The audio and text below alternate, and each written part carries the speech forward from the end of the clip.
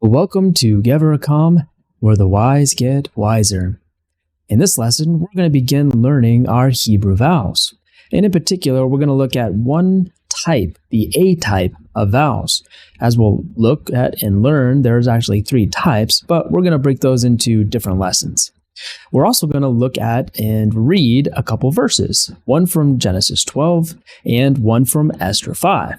So let's go ahead and get started.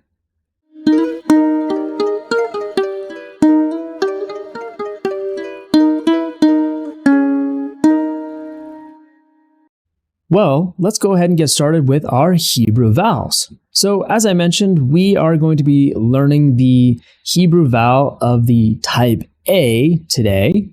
But as you can see in our chart here, there's actually three different types or categories. And so we're going to be learning all of the vowels eventually. But for today, just the type A vowels. Now, before we get there, I do want to just take a moment and practice our alphabet just a little bit. We won't go as slowly or as in depth, but it is always helpful to just continue practicing. So let's go ahead and go through this somewhat quickly, and we'll go through it twice together. So if you have a piece of paper, a pen, perhaps you've written these down or have flashcards, but whatever it is that you do and would like to do to remember these, I suggest you do that, and let's practice. So we have Aleph, Bet, Gimel, Dalet, He, Vav, Zayin, Chet, Tet, Yod, Kaf, Lamed, Mem, Nun, Samek, Ayin, Pe, Sade, Kof, Resh, Sin, Shin, Tav. All right, good. Let's do it one more time quickly. Aleph, Bet, Gimel, Dalet, He, Vav, Zayin, Chet, Tet, Yod, Kaf, Lamed, Mem, Nun, Samek, Ayin, Pe, Sade, Kof, Resh, Sin, Shin, Tav. All right, that's our alphabet. Hopefully it's starting to feel a little bit more familiar. Well, let's go ahead and start talking about our Hebrew vowels just a little bit more in depth. So as you can see in our little chart here, in Hebrew, there are three types or categories, sometimes broken into four different categories, sometimes 5 or 6 even, depending on who you might be talking to. But I think it's simple to just make it 3. So as you can see here, there are 3 main A types of vowels. There are 5 main E types of vowels, and there are 5 O or U type vowels as well. So we're going to be learning just the A vowels today. So let's start looking at those. So as you can see here, our vowels are very important in our modern Hebrew Bible, which were developed by the rabbis around maybe 500 AD to about 1000 AD, and this is when they became very popular. We talked a little bit about this in our history of the development of the Hebrew writing system. But if you recall, in ancient times, like when the Bible was first being written, all the way up until 500 AD, there were no vowels. There were only these consonants, the consonants in our alphabet. And so, as we had briefly mentioned, these vowels are helpful for especially non-native speakers or learners, children, for those who want to preserve a more precise tradition of interpretation or reading of the text. So, for instance, without the vowels, there are some passages in text where you could have a different reading because the vowels could change the interpretation a little bit. And so the rabbis for many hundreds, thousands of years had been preserving the proper interpretation or reading orally of the Hebrew Bible text. But again, as I mentioned, once Israel and the Jews are, kicked out of, or really had to flee the land of Israel because of the Roman destruction of Jerusalem, over time there was just less Hebrew speakers. And so these vowels became more and more important because there was less and less people who had memorized and were fluent in biblical Hebrew style. So this is how we get our vowel systems today. So the first ones here that we're looking at are our A vowels. As we see here, these are the three main A vowels. And what's kind of interesting, or maybe a little bit weird for us as English speakers, is that in Hebrew, for these three different types of vowels, they all have the same sound. Ah. Ah. All right? So each one of these has the same sound. Ah. Now, this might feel a little weird, but it's actually kind of just the opposite of how we do it in English. So in English, we have one vowel, but that vowel has multiple sounds, right? So for instance, the word hate, A. Also, hat, or halt, right? So A, aw. So these are three different sounds for this one vowel. And, if you're a native English speaker, you might have never even really thought much about that or had simply just taken it for granted. And so even though this might seem a little bit odd to us, it's kind of just the opposite, right? It's three different vowels or symbols being used for the same sound, whereas in English we have one symbol being used for three different sounds. But again, this is just something that's done in Hebrew, and you might ask then, well, why have these different vowel symbols then? These indicate different spellings, right?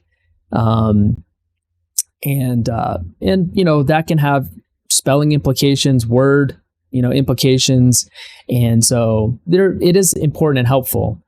Even though it might be a little bit confusing or seems redundant to us as English speakers. Now, there are two more that we can add in here for sounds, and that is when you have an A vowel plus what we'll learn later on, the yod letter.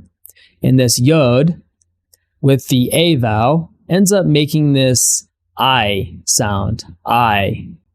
Right? So this would be pronounced I or I. Okay? And we'll see this in a few of our keywords that we learned today. Now, we can also mention the names of these three A vowels. So, for instance, our first one here is called the kamats. Kamats. Our second one is called the patak. Patak.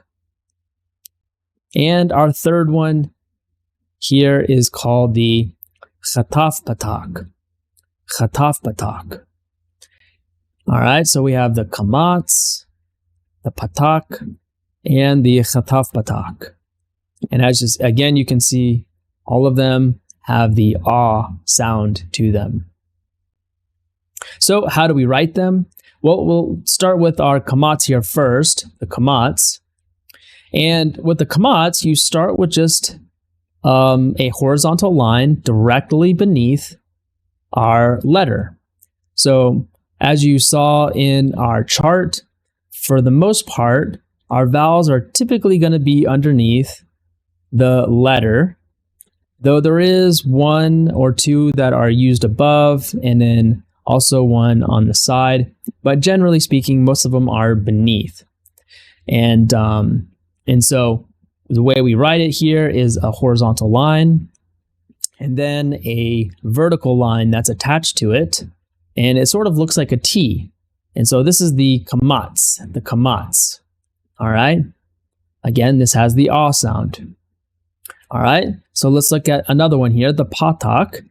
Now the patak is very simple. It's just a horizontal line, as you see here, directly beneath our letter, our consonant letter.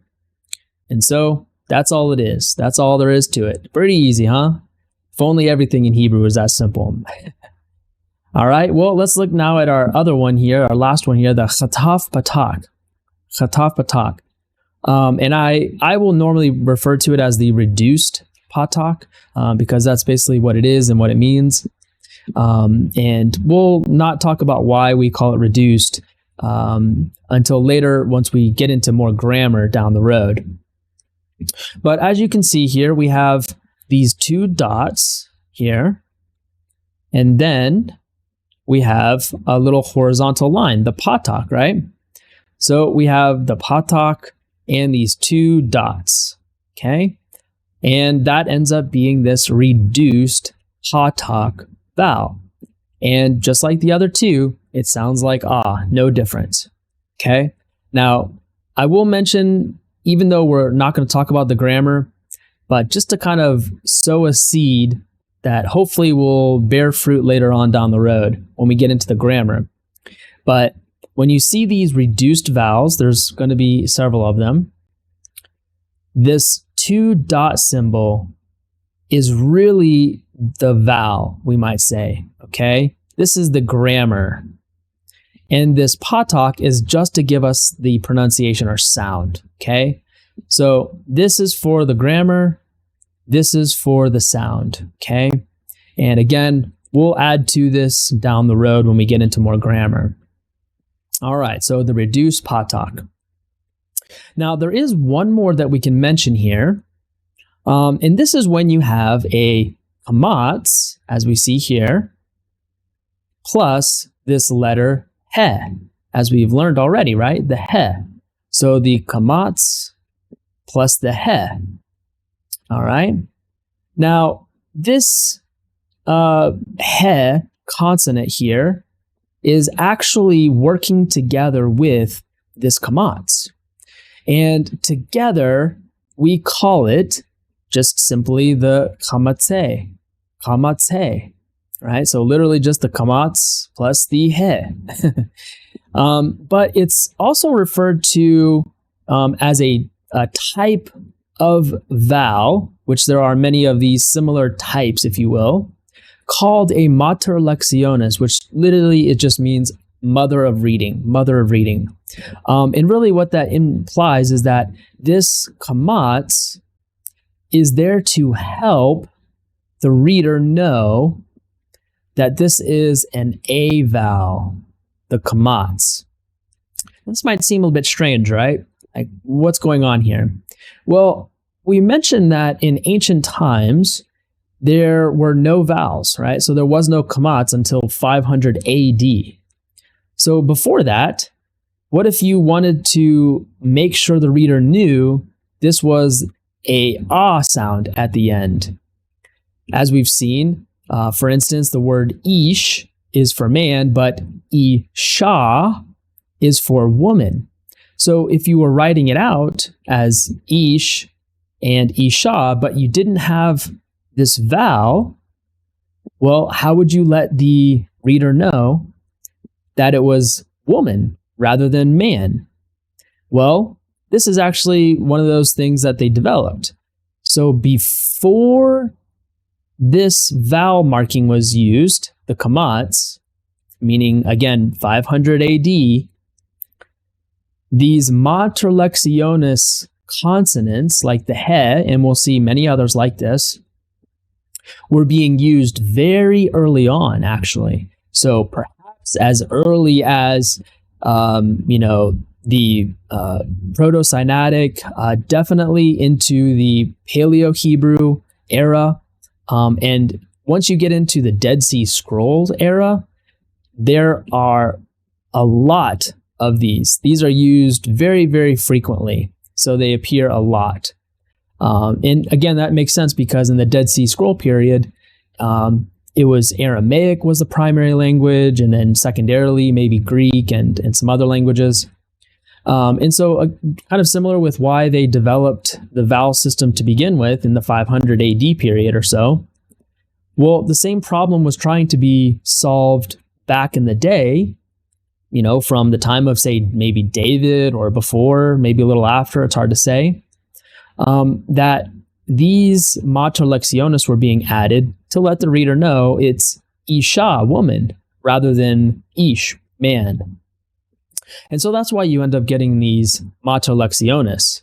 And so even though at this point the he is not necessary because you have the kamats, again, partly just because of the rabbinic scribe tradition who was preserving and passing on our modern Hebrew Bible.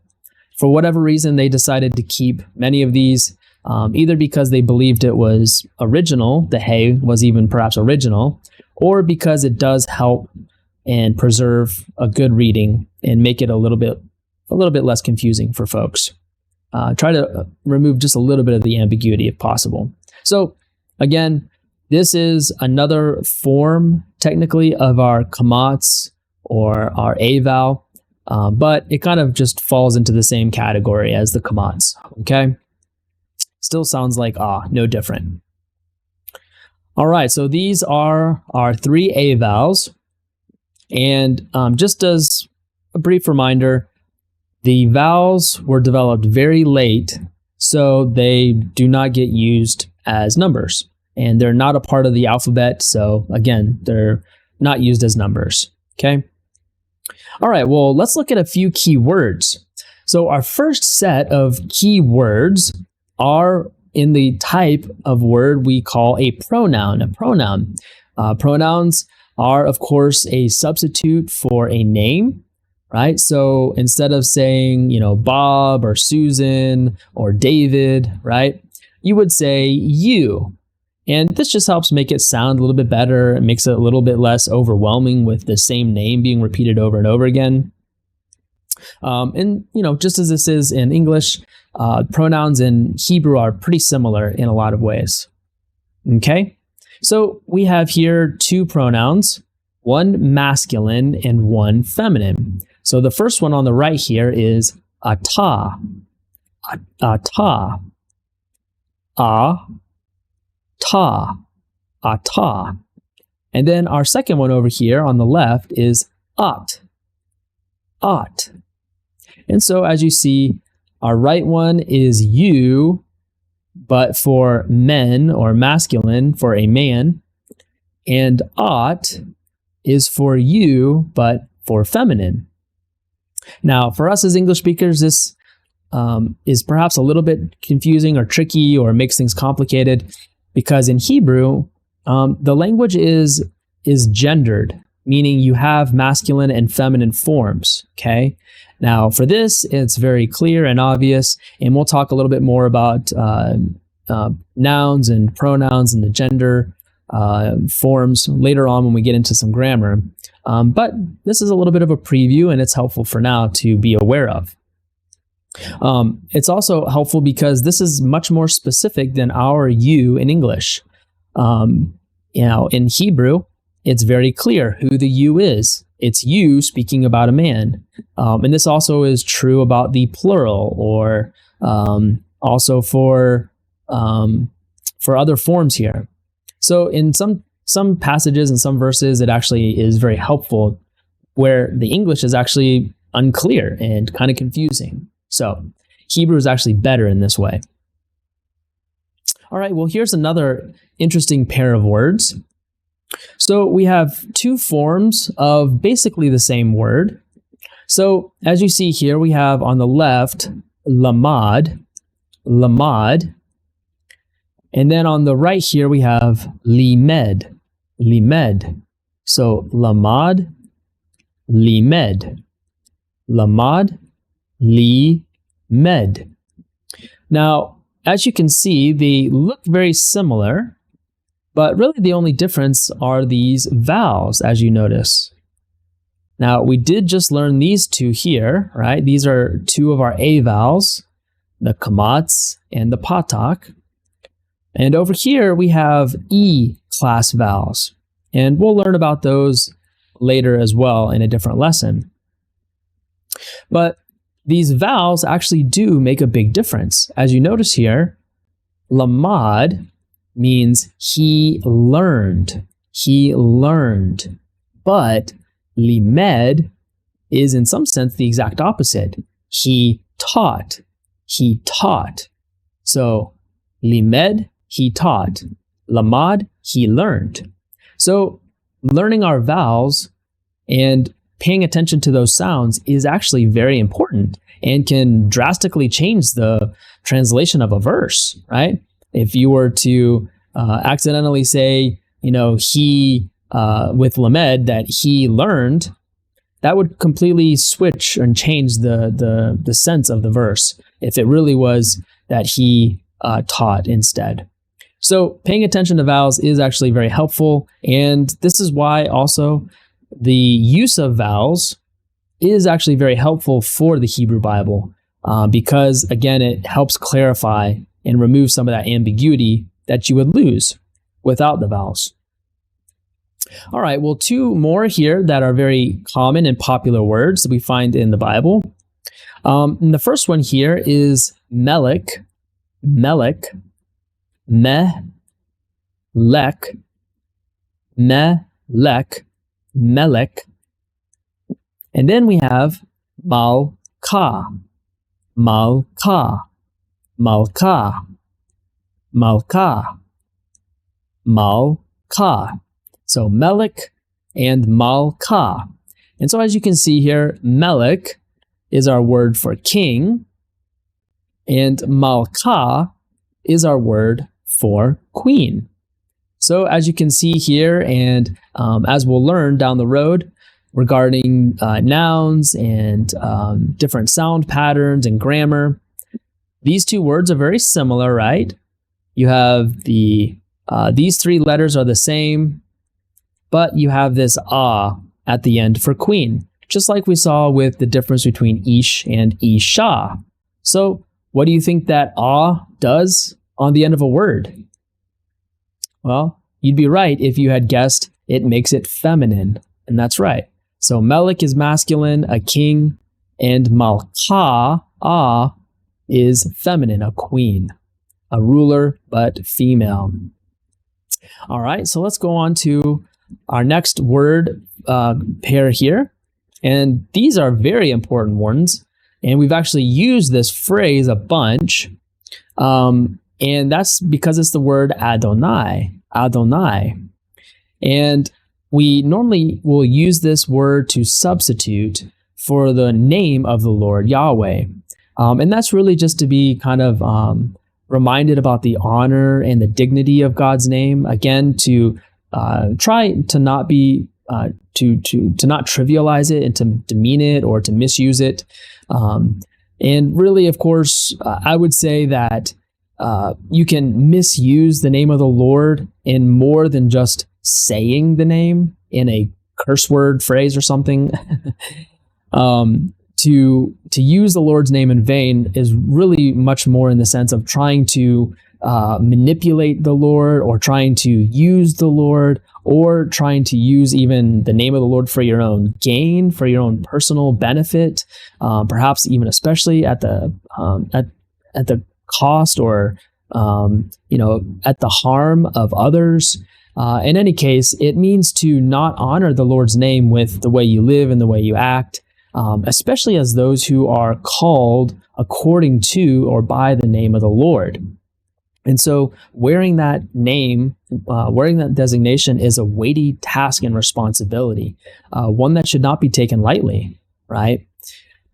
And so we oftentimes will use the word Adonai instead of saying the Lord's name, again, just as a kind of way to show, reverence and honor to the Lord. All right, so Adonai is the word for Lord. And then we have over here Adoni, which also is the word for Lord. But you'll notice there's a slight distinction. So over here we have Adoni, Adoni, and Adoni technically means my Lord, my Lord. And it's just one singular Lord. And this is a very typical common word used when you're talking about, a servant to a master, a regular person to, say, a king or a prince, right? Somebody who's in charge, somebody who is of a higher rank, essentially. So you would say, my lord. And you don't have to take it too far in the sense of lord in some kind of, majestic sense. It just really means like master or boss, really, in some sense, okay? But we have over here Adonai, Adonai. So you'll notice we have two A vowels here. We have our reduced patak and our kamats with the yod, I. So Adonai.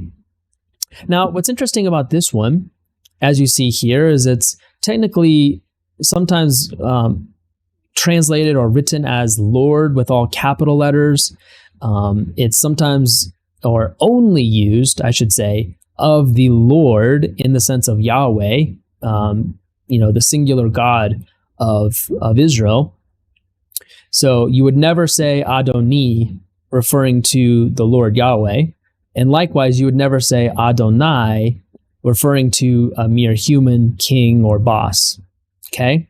And Adonai technically means my lords, plural, my lords. And that might sound a little bit weird, but remember when we talked about the word Elohim? Elohim technically means gods, plural. And so this was an ancient way of showing majesty or greatness, right? And I would assume it's probably something like, Lord of Lords or King of Kings or God of Gods. And it kind of just got shorthanded to be lords or gods, but implying the greatest of the gods or greatest of the lords. And so Adonai literally means my lords, but is only ever used of Yahweh God. All right. Okay, well, let's go ahead and read a couple verses. So we're going to look at Genesis 12 and then Esther 5. So let's begin here with Genesis 12, so follow along with me. So we have here, Va yo mer Adonai el Avram.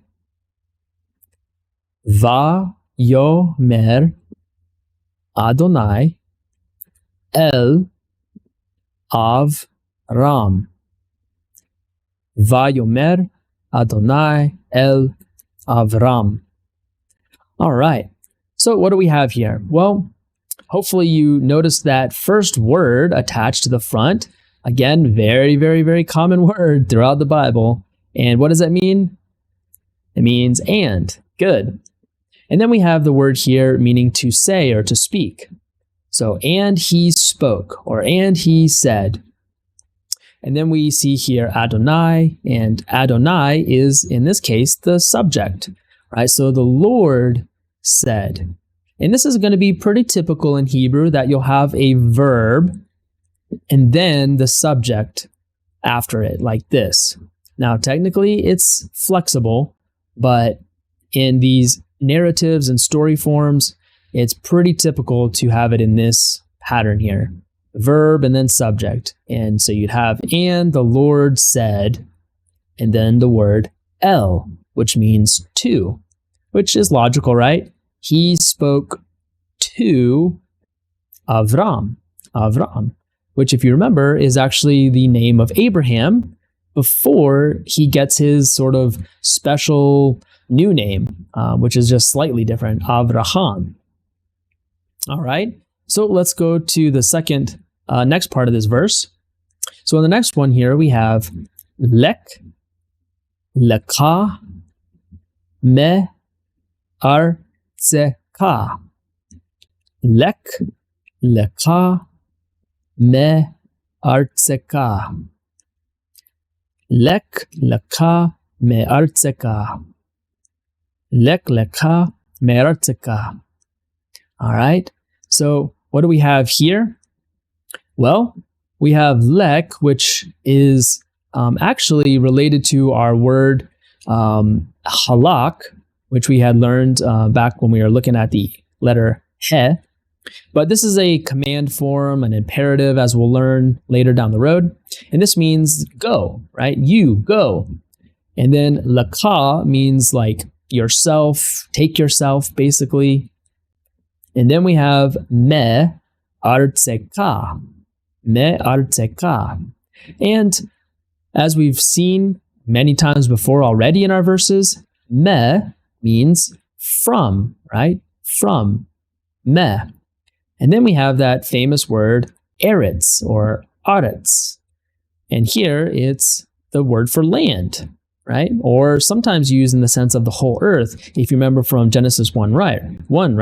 That God created the heavens and the earth, right? Haaretz. Well, here it's a little bit more specifically to a land, a region, rather than the whole earth, obviously. He didn't go from off the earth to some other planet or something. All right, and then we have this last piece here, ka, which as well I hope is starting to look a little bit familiar because we see these pronouns added quite often to the end. So ka is the word your. So from your land. So go yourself from your land. All right. So in other words, leave where you're at. All right. And then we have the next part of this verse here, which is u, mi, mo, lad, te, ka. U, mi, bet, a, vi, ka. U, mi, mo, lad, te, ka. U, mi, bet, a, vi, ka. All right. U, mi, mo, lad, te, ka. U, mi, bet, a, vi, ka. So, u, mi, mo, lad, te, ka. U, mi, bet, a, vi, ka. All right. So what do we have here? Well, we have a lot of stuff added, as you can see. So what is that first word added? That vav, that's our word and. So and me, again, what do you think this M or this me added to the front is? It's that word from again. So from your land and from molad teka. And molada is actually the word for like your family, your place of, your people of birth, essentially, of childhood. And then, of course, ka on the end here is very common again. That's your. So from your family, u, again, and me, from, bet, which is our word for house. That's right. So from the house of Avika. And what does Av mean? That's right, father. And do you remember what the word for mother is? It's M. Good. And then we have ka again. So we have here and from your family and from the house of your father. So from your land, from your family, and from your father's house. So in other words, like totally leaving his safety and security, his the family business even, leave everything he knows and take off to another place here, as we'll see.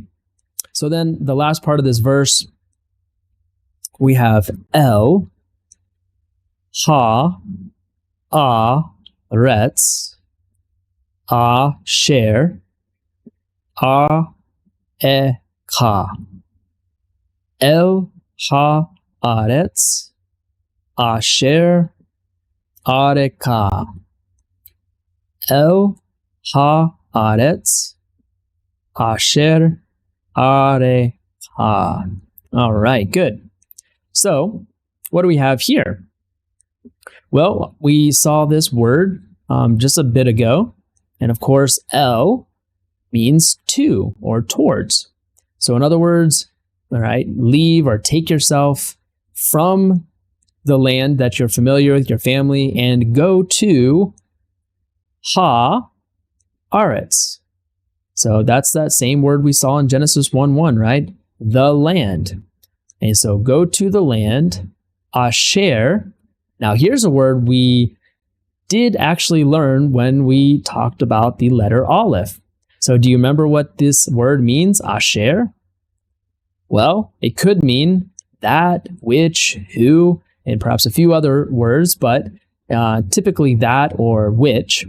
So here it means something like that. So go to the land that Areka. And as we notice here, this ka again, right? So you or your. And this is actually a verb meaning I will show, from ra'ah, I will show. And so we have go to the land that I will show. So altogether we have, of course, the Lord speaks to Abram, and he says, go, take yourself from the land that you are currently living in, go away from your family, leave even your father and his household and the family business, and go to the place that I will show you. He didn't even give him any specifics, which is kind of an interesting principle, right? Oftentimes, God doesn't tell us all the details about where he's leading us or what he's even leading us to do. But he simply says, go, and he gives us a little bit. He says, go in this direction. Here's that open door. Are you going to obey? Are you going to take that next step? And if you do obey and if you do follow, then he will show you the next step and the next step after that. And hopefully one day we'll get to look back and see how it all worked out. But, Abraham didn't necessarily even get to see all of the promises that were given to him that he and his offspring would own or possess the land that he was living in Canaan at the time. It wasn't until something like, almost 500 years later, or perhaps more, that his descendants actually did possess that land. And so Abraham was faithful and listened to the Lord, even though he had some ups and downs in his faith, if you know the story. But he was faithful, even though he didn't get to necessarily see all of the promises fulfilled. But God, being all-knowing, being eternal, he was able to fulfill those promises that Abraham couldn't have seen. And so God sometimes tells us to take that step, and we just need to listen. Well, let's go to our next verse here. And this is in Esther 5. So let's go ahead and read Esther 5 together. So what we have here, Va-Yehi, Kir-Ot, Ha-Melech. Va-Yehi, Kirot, Ha-Melech. Va-Yehi, Kirot, Ha-Melech. All right, so what do we have here? Well, what does that Vav added to the front tell us? Means and. Good. So hopefully that's, again, starting to feel very familiar because it's so common. And then Yehi is a phrase that can mean either it was or it happened or he became, something like that. So in this case, something like and it was, kind of a generic time-setting little phrase. And then we have kirot, and the word reot is from ra'ah, meaning to see. And so ki-reot or kirot means like or perhaps as seeing. So and it was as seeing or to see, ha-melech. And what does melech mean? Just learn that one. That's that word for king. Good. And ha, of course, means the. Good. So, and it was as, and in English we would kind of, move these around a little bit. So as the king saw, or perhaps looked, and it was as the king looked or saw, et Esther ha-malka, et Esther ha-malka, et Esther ha-malka. All right, so what do we have here? Well, we have that et, and remember, et is one of those kind of Hebrew little markers that we don't really use in English because we don't need it. Tells us what's not the subject, essentially. So the king saw Esther, and this is the name for Esther. And of course, we have here again ha, and what does ha mean? It means the. And then malka, which is very similar to melik, but it's in the feminine form. So it's queen. So the queen. So he saw Esther, the queen. And then we have omedet bechatzer. Omedet bechatzer. Omedet bechatzer. All right. And so what do we have here? Well, we have omedet, which means from amad, meaning to stand. So he saw Esther standing bechatzer. Now, we did learn this word back when we talked about the letter bet. So do you remember what the be word means when it's attached like this? Very common preposition. Well, it can mean in, with, by, among, against, and perhaps some others. But here, probably most logically, something like in. And that's because our word here, chatzer, means something like the courtyard. So obviously, the courtyard of the palace, since she was the queen of the Persians there. All right, so he saw the queen standing in the courtyard. And then we have nasea, chen be'enav. Nasea, chen be'enav. Nasea, chen be'enav. All right, so what do we have here? Well, this word here, nasea, is the word from the root word meaning to lift or to pick up.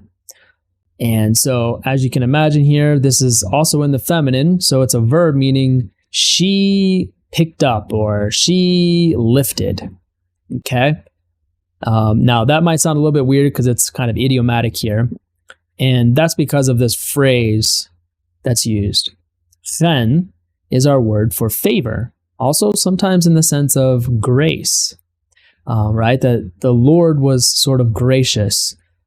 Chen had grace.